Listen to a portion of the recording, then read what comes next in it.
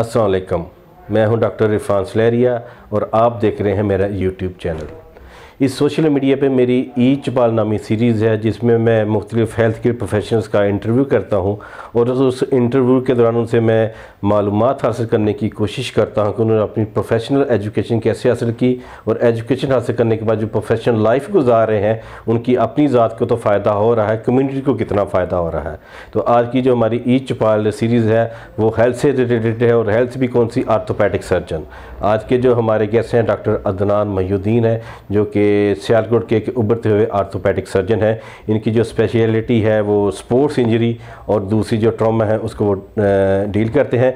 ये सियालकोट में सियालको medical complex और बशीर हॉस्पिटल में अपनी जो आर्थोपेडिक की है उनकी प्रैक्टिस करते हैं।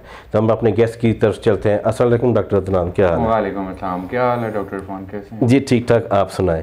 एक शॉर्ट सा इंट्रोडक्शन तो मैंने वो दे दिया कि आपकी जो स्पेशलाइजेशन है वो ऑर्थोपेडिक्स है। जी जी। जो ब्रीफ इंट्रोडक्शन है आप खुद हमारे जो देखने वाले सामने सुनने वाले उनको बता दें कि what is doctor Adnan Mohiuddin. अस्सलाम वालेकुम जी, उम्मीद है आप सब खैरियत से होंगे। मेरा नाम डॉक्टर अदनान मोहिउद्दीन है, मैं आर्थोपेडिक सर्जन हूँ। फ्रॉम द लास्ट 10 ईयर्स मैं इस शोबे से मुंसलिक हूँ। थोड़ा सा अपना एजुकेशन हिस्ट्री के बारे में बता देता हूँ। मैंने मैट्रिक किया था अल्लामा इकबाल पब्लिक स्कूल से, फिर मेरे कॉलेज से मैंने एफएससी की जो अल्लामा इकबाल का कॉलेज था। उसके बाद फिर अल्लामा इकबाल मेडिकल कॉलेज से ही मैंने एमबीबीएस किया जो 2005 में कंप्लीट, फिर 2006 में हमारी हाउस जॉब कंप्लीट हो गई थी। फिर पार्ट 1 के लिए मैंने अप्लाई किया 2007 में for general surgery and allied. फिर 2 साल हमारी जनरल सर्जरी की ट्रेनिंग होती है, उसके बाद फिर 3 साल हमारी आर्थोपेडिक्स की ट्रेनिंग होती है। तो फिर 2009 में मैंने इसको आर्थोपेडिक को एज अ प्रोफेशन चूज़ किया। 2012 में मेरी ट्रेनिंग कंप्लीट हो गई थी। उसके बाद फिर मैं जिन्ना हॉस्पिटल भी रहा हूँ, मैंने पेरिफेरी में भी सर्व किया है और डॉक्टर्स हॉस्पिटल में भी कुछ देर काम किया। फ्रॉम द लास्ट 10 ईयर्स मैं इस शोबे से मुंसलिक हूँ। पिछले 10 साल से, जैसे एक डेकेड, एक दहाई हो गई है आपको। तो आपने कहा कि आप जनरल सर्जरी के बाद ऑर्थोपेडिक्स ही क्यों आपने चूज़ किया? अब जनरल सर्जन या एक्चुअली होता ये है कि जब हमारी ये पहले 2 साल की जनरल सर्जरी की ट्रेनिंग होती है तो इसमें हमारी कुछ रोटेशंस भी होती हैं।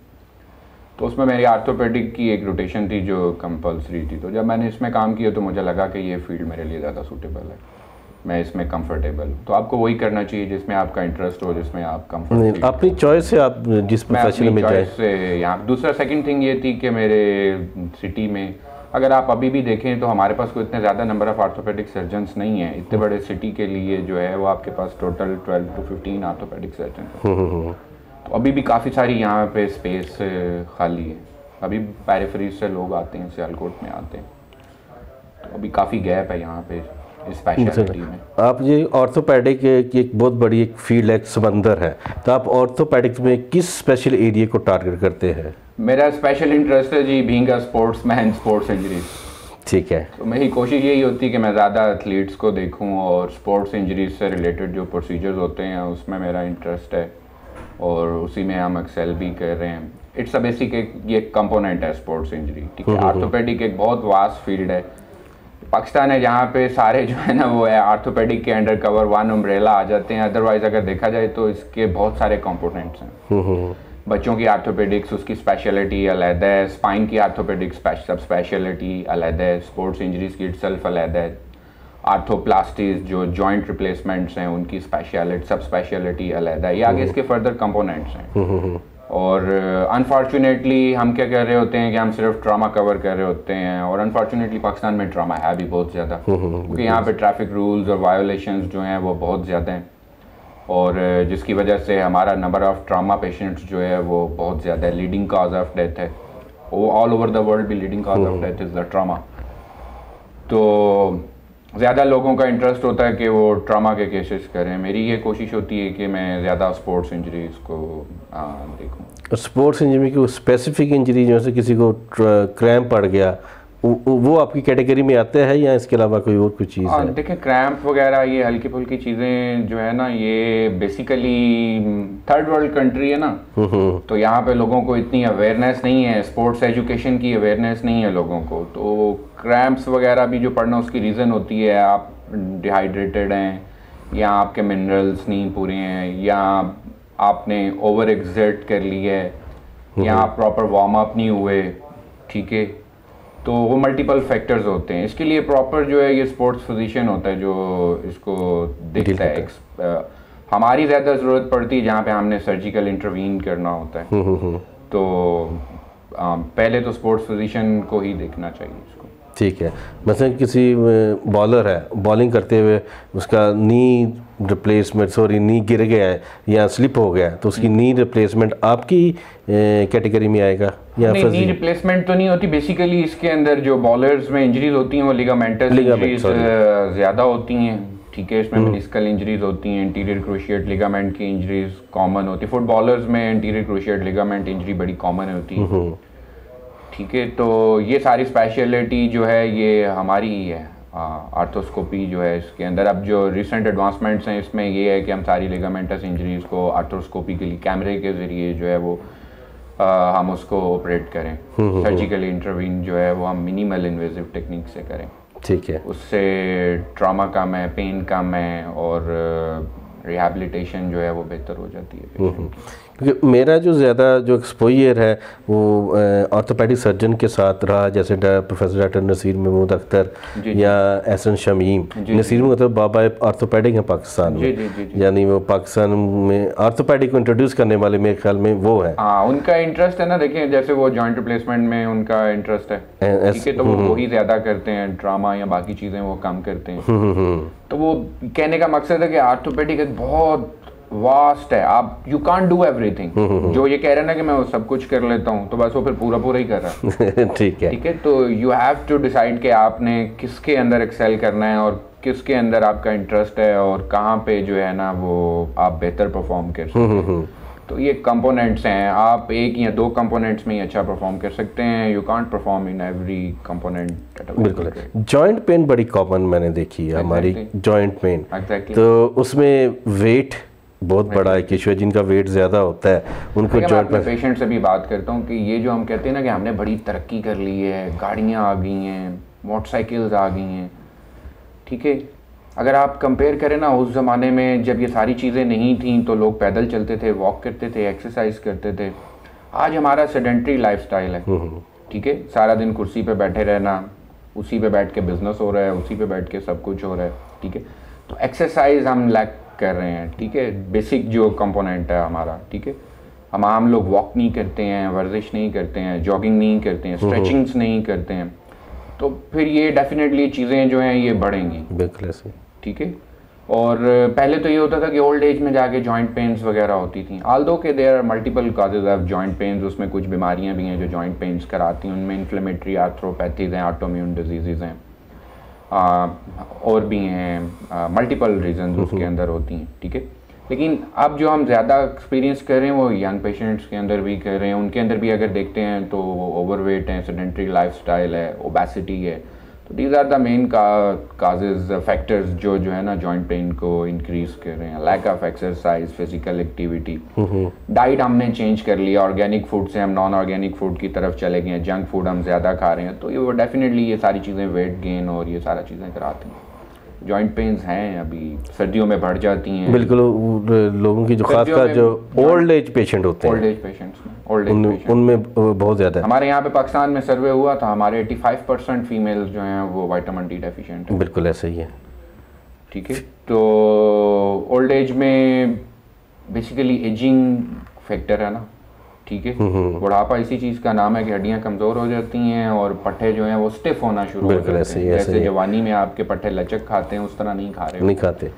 तो वो थोड़ा सा भी अगर आपको वो एक्सपोजर टू कोल्ड हो जाएगा या आप डिहाइड्रेटेड हैं। दूसरी एक चीज़ जो मेन जो हम देख रहे होते हैं कि हमारे पास अक्सर पेशेंट्स आते हैं जो बहुत ज़्यादा मस्कुलर पेन्स के साथ सर्दियों में ये बढ़ जाती हैं। जब उनसे हिस्ट्री ली जाती है तो कहते हैं हमें 1 या 2 ग्लास पूरे दिन में पानी पीते हैं। तो डिहाइड्रेशन इज़ द मेन काज, क्योंकि बाहर टेम्परेचर कम है तो हमें इतना कोल्ड की वजह से हमें अंदर टेम्परेचर उसकी फील नहीं हो रहा होता, रिक्वायरमेंट नहीं हो रही होती, लेकिन हमें पानी पीना होता है, ठीक है।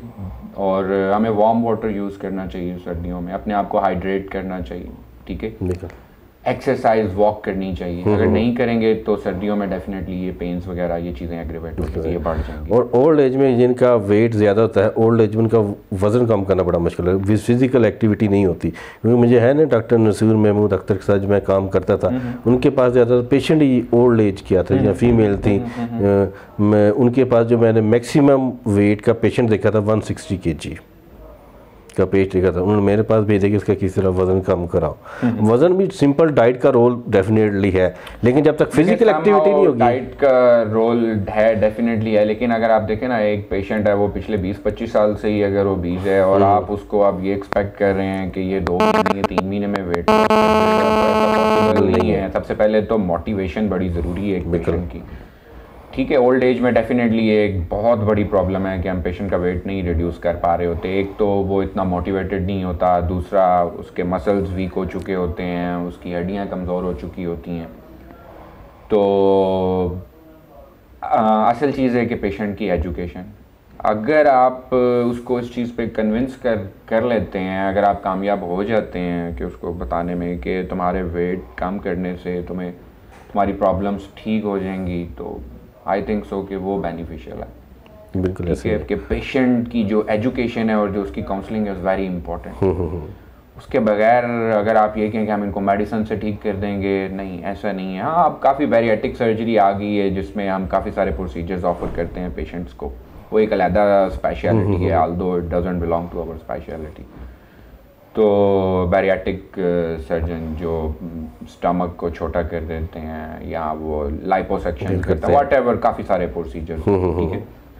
तो जब एक पेशेंट इतना ज़्यादा ओबीज हो तो फिर उसमें उसका रोल है, क्योंकि ये सारी चीज़ें अगर आप खाली डाइट या एक्सरसाइज के साथ आप नहीं कम करा सकते। बिल्कुल मल्टी डिसिप्लिनरी अप्रोच आपको फिर लेना, हाँ बिल्कुल बोल्ड स्टेप्स लेने पड़ते हैं।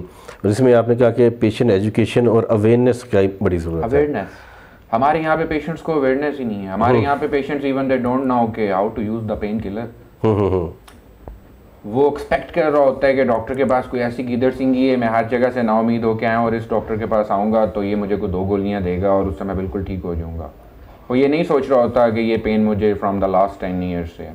बिल्कुल ठीक है। और यहाँ पे बड़ा अजीब कॉन्सेप्ट है, पेशेंट्स की अगर हिस्ट्री ले रहे होते हैं हम, अनफॉर्चुनेटली पेशेंट 10 to 15 ईयर्स से पेन किलर पे वो डेली इंजेक्शन लगवा रहा है, वो डेली पेन किलर खा रहा है। फिर आप उससे पूछते हैं तो वो कहता है मेरा स्टमक भी अपसेट है। फिर आप उससे पूछते हैं, वो कहता है मुझे हाइपरटेंशन भी है। कुछ पेशेंट्स ऐसे भी होंगे जो कहेंगे मुझे हार्ट डिजीज भी होगी, डायबिटीज़ भी साथ मिल जाती है, डायबिटीज़ भी हो जाती है। ठीक है, किडनीज को बहुत ज़्यादा मुतासर करते हैं पेन किलर्स। तो आपको बड़ा कॉशियसली जो है ना, आपको सोच के पेन किलर्स देने होते हैं। ओवर द काउंटर जो है, इसके मैं अगेंस्ट हूँ कि आप पेशेंट को over the counter pain killers, ठीक है। और इन पेशेंट्स को होना नहीं था ऐसा, ठीक है। मतलब हो सकता है अगर वो ना पिछले 10 साल से पेन किलर्स ले रहे होते, ना उनको एपीडी होता, ना उनको स्टमक का प्रॉब्लम आता, ना वो उनको हार्ट का प्रॉब्लम आता, ना उनको हाइपरटेंशन होती, ठीक है। अगर उस टाइम पे अच्छा एजुकेट किया जाए जिस टाइम पेशेंट को पेन स्टार्ट होता है, और आप उसको बता दो कि इन पेन किलर्स के क्या साइड इफ़ेक्ट्स हैं, और अगर वो इस चीज़ को समझ जाता है तो मेरा ख्याल है आफ्टर 10 ईयर्स 12 ईयर्स उसके जो ट्रीटमेंट प्लान हैं वो डेफिनेटली हो रहे होंगे। वो आपकी बात किसी हद तक ठीक है, लेकिन हमारी सोसाइटी का ये आलमी है कि जब तक उनको इंजेक्शन न लगे उनको सुकून नहीं आता। वो कहते हैं कि क्विक रिलीफ, जैसे हम डॉक्टर के चैम्बर में दाखिल हो, बाहर निकले तो उनको इससे एग्री नहीं करता। उनको इस चीज़ पे लगाने वाला कौन है? जारी बात है, हमारे जो कम्युनिटी के लोग हैं वही हैं, ऐसे ही है। कम्युनिटी से ज़्यादा जो रोल है ना, जो हमने जो नोटिस किया है, वो उन क्वैक्स का नहीं है, खतरा है जान का। बिल्कुल ऐसे दे डोंट वांट के पेशेंट आगे जाए। एक दिन का इंजेक्शन लगाया, वो 24 घंटे गुजर गए, उसके बाद मरीज को फिर लगा दिया, नहीं फर्क पड़ रहा तो स्टीरॉयड ऐड कर दिया। आई डोंट थिंक सो कि कोई डॉक्टर इस तरह से कोई हरकत करेगा जो प्रॉपर एक MBBS और आगे स्पेशलिस्ट है, तो वो ऐसे नहीं करते। ये यूजुअली क्वैक्स कर रहे होते हैं, और ये पेशेंट्स भी बेचारे उन्हीं के हाथों में खेलते रहते हैं। आपको पता है प्राइवेटली पाकिस्तान में जो हेल्थ है ना, वो हर बंदा नहीं अफोर्ड कर सकता। बिल्कुल अफोर्डेबल इकोनॉमी। ऑनेस्टली जो मैं समझता हूँ कि शायद हमारी 30 to 35% पॉपुलेशन होगी जो प्राइवेट अफोर्ड कर सकती है। बिल्कुल ऐसे ही, बल्कि ये भी अब ज़्यादा बता रहे हैं, बल्कि ये भी मेरा ख्याल है मैं एग्जैजरेट कर रहा हूँ। बिल्कुल ऐसे ही है। तो वो यहाँ तक पहुँच नहीं पाते हैं। 1000 रुपया डॉक्टर की किसी भी कंसल्टेंट की मिनिमम फीस है आज के दौर में, वरना 1500-2000 चल रही है। तो बाज़ दफ़ा वो देने की भी कैपेसिटी नहीं होती। अगर वो दे देता है तो उसके बाद उसको मेडिसिन लेने की कैपेसिटी नहीं है। अगर वो मेडिसिन ले लेता है तो इन्वेस्टिगेशन कराने की कैपेसिटी नहीं है।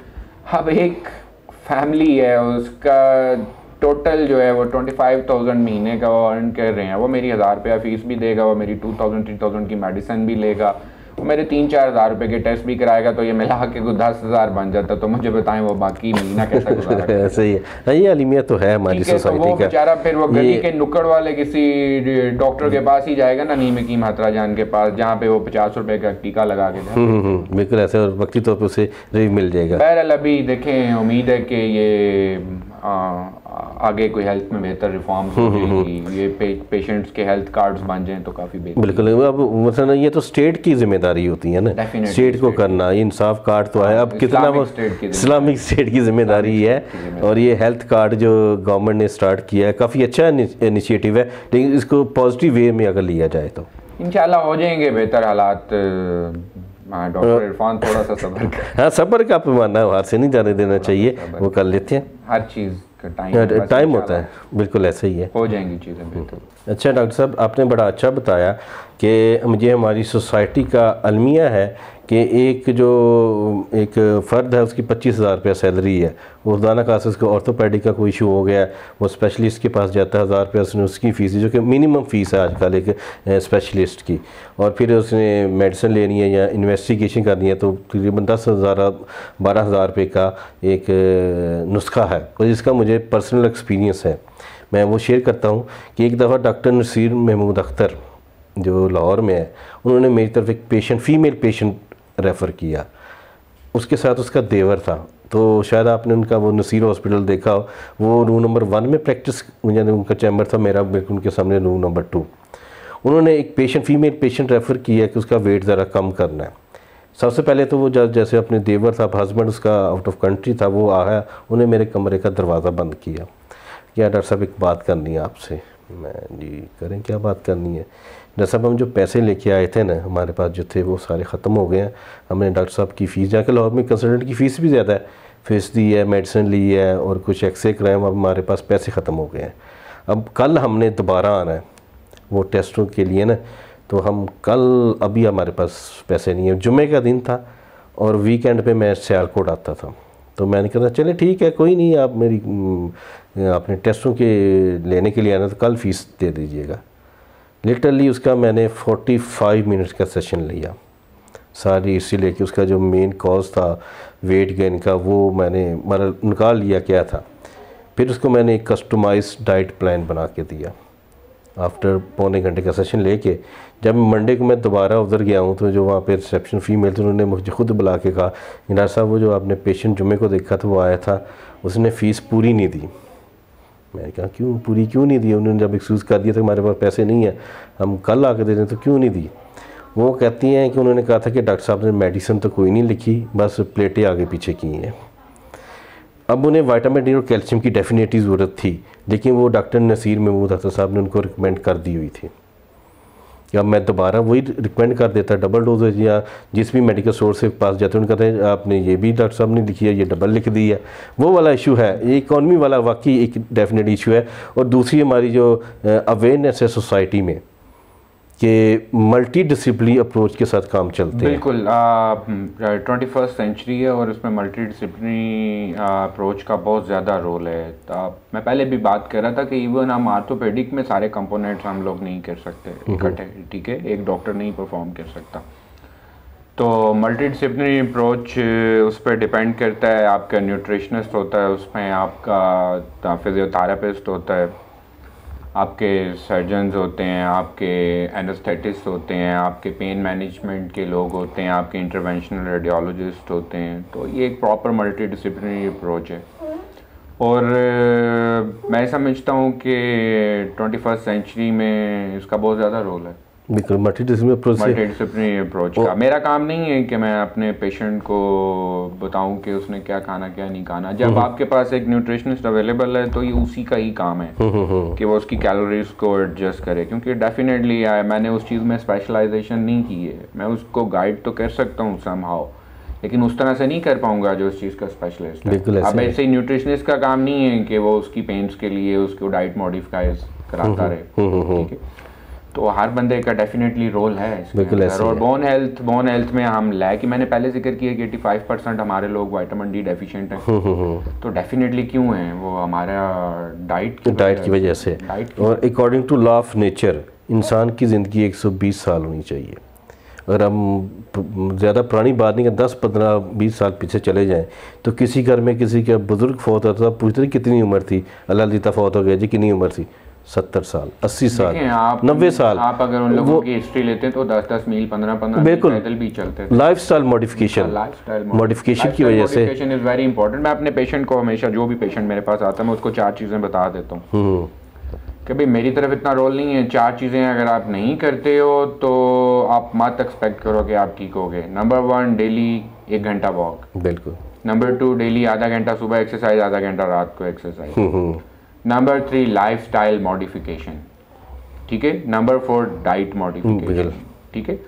तो लाइफस्टाइल मॉडिफिकेशन, ये जब से ये मोबाइल्स और ये जो हमारे पास एसेसरीज आई हैं, इसके बाद हम एक टर्म यूज़ करते हैं आने वाले बच्चों के लिए, जो सबसे बड़ा हमारा डिलेमा है। हमारे बच्चे ये इन बोन पेन्स का और मस्कुलर पेन्स का शिकार हो रहे हैं, और उसकी रीज़न क्या है कि हम टर्म यूज़ करते हैं कि कॉल्ड द काउच पोटैटोज, कि ये काउच के पोटैटोज हैं, ठीक है। अगर आप इनको बाहर खड़ा कर दोगे ग्राउंड में खेलने के लिए तो दे कांट, ये नहीं खेल सकते क्योंकि इनको बचपन से आदत ही नहीं डेवलप हो रही, ठीक है।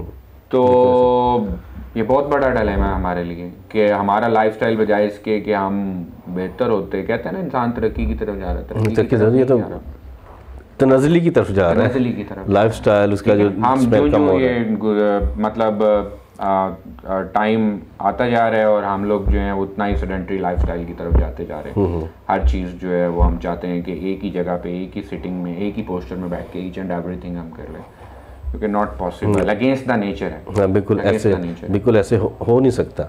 अब ये जो यंग ग्रेजुएट स्पेशली ऑर्थोपेडिक की तरफ आना चाह रहे हैं, आप उनको क्या मैसेज देना चाहेंगे?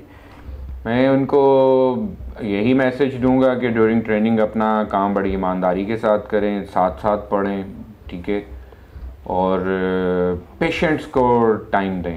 अगर आप ओपीडीज़ में, एमरजेंसीज़ में पेशेंट के साथ टाइम नहीं गुजारेंगे तो you can never learn. Books आपको सब कुछ नहीं सिखा सकती, बुकिश नॉलेज कुछ भी नहीं है। पर्सनल एक्सपीरियंस बता रहा हूँ, नहीं बुकिश नॉलेज डेफिनेटली चाहिए होता है, नहीं है, लेकिन उसको अप्लाई करने के लिए आपको पेशेंट के साथ टाइम गुजारना ज़रूरी है, पेशेंट को समझना ज़रूरी है, उसकी साइकी को समझना ज़रूरी है। बिल्कुल ऐसा ही है, ठीक है। तो आप पेशेंट को अगर टाइम नहीं देंगे तो आप समझ नहीं सकेंगे चीज़ों को। आप कितने भी अच्छे कंसल्टेंट हैं, एक तो आपका पेशेंट भी आपसे सेटिस्फाइड नहीं है, बिल्कुल आपकी प्रैक्टिस ही ऐसे वो फैलेगी। आपका पेशेंट भी आपसे सेटिस्फाइड नहीं है कि वो अंडरस्टैंड ही नहीं कर पा रहा। बाज़ डॉक्टर्स होते हैं वो अंग्रेज़ी ही बोलते रहते हैं, कई टर्म्स यूज़ कर रहे होते हैं, मरीज़ बेचारा शर्म के मारे इतना भी नहीं कह सकता डॉक्टर साहब मुझे आपकी बात की नहीं समझ आई, ठीक है। तो आप अपने मरीज़ से बार बार पूछें कि आपके जहन में कोई सवाल है तो बताएं।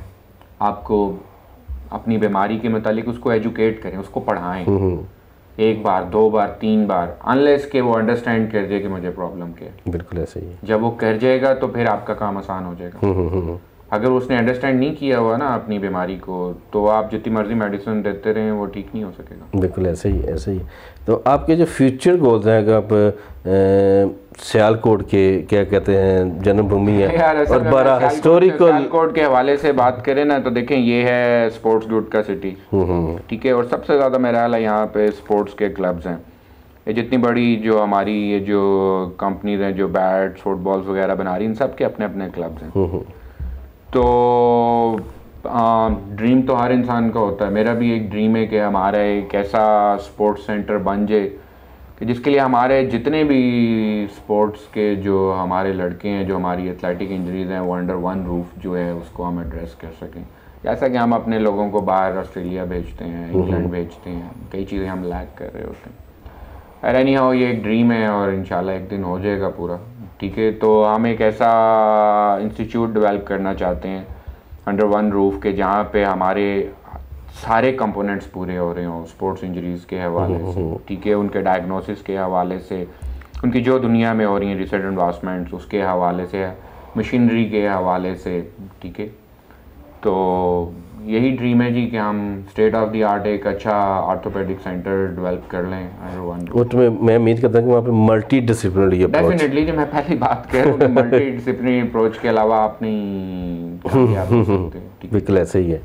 तो थैंक यू डॉक्टर अदनान, आपने कीमती वक्त में से थोड़ा सा वक्त दिया, और हमारा जो सेशन ये है रिगार्डिंग ऑर्थोपेडिक्स से, मैं समझता हूँ कि अगर एक लफ्ज़ भी किसी की समझ में आ जाए तो अगर उसकी ज़िंदगी चेंज हो जाए, समझेगा हमारा काम हो गया। कौम को एक ही पैगाम है कि बी एक्टिव, ठीक है, डेली वॉक करें, डेली एक्सरसाइज करें। मैं एक ही बात कहता हूँ, मुझे ये बताएं कि हम मुसलमान हैं ना, हम नमाज क्यों शौक से पढ़ते हैं, ठीक है।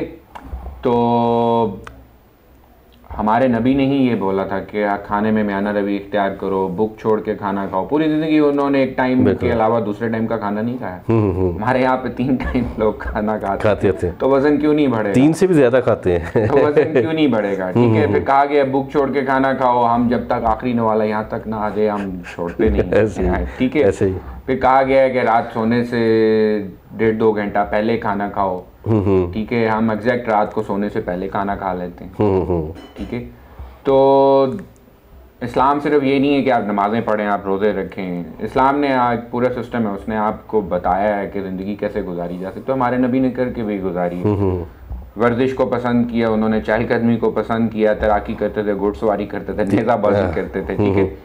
तो ये सारी हेल्दी एक्टिविटीज़ थी। तो मैं अपनी सारी कौम को भी कहता हूँ कि बीइंग अ मुस्लिम भी हमारी मॉरल एब्लिगेशंस हैं कि हम एक्सरसाइज करें, हम अपनी फिटनेस की तरफ तवज्जो दें। बिल्कुल ऐसा ही है, और इसी चीज़ का फुकदान है हमारी सोसाइटी। एक यही मैसेज है मेरा अपनी पूरी नेशन को कि अपने बच्चों को काउच पोटैटोज मत बनाएं, इनको ग्राउंड्स में लेके जाएं, इनको आदत डालें कि ये स्पोर्ट्स में जो है ये पार्टिसिपेट करें, ठीक है। और अगर आपका बच्चा एक अच्छा स्पोर्ट्समैन है तो अच्छा इंसान वो ज़रूर खुद ही बन जाएगा एक दिन। बिल्कुल ऐसे ही। Thank you.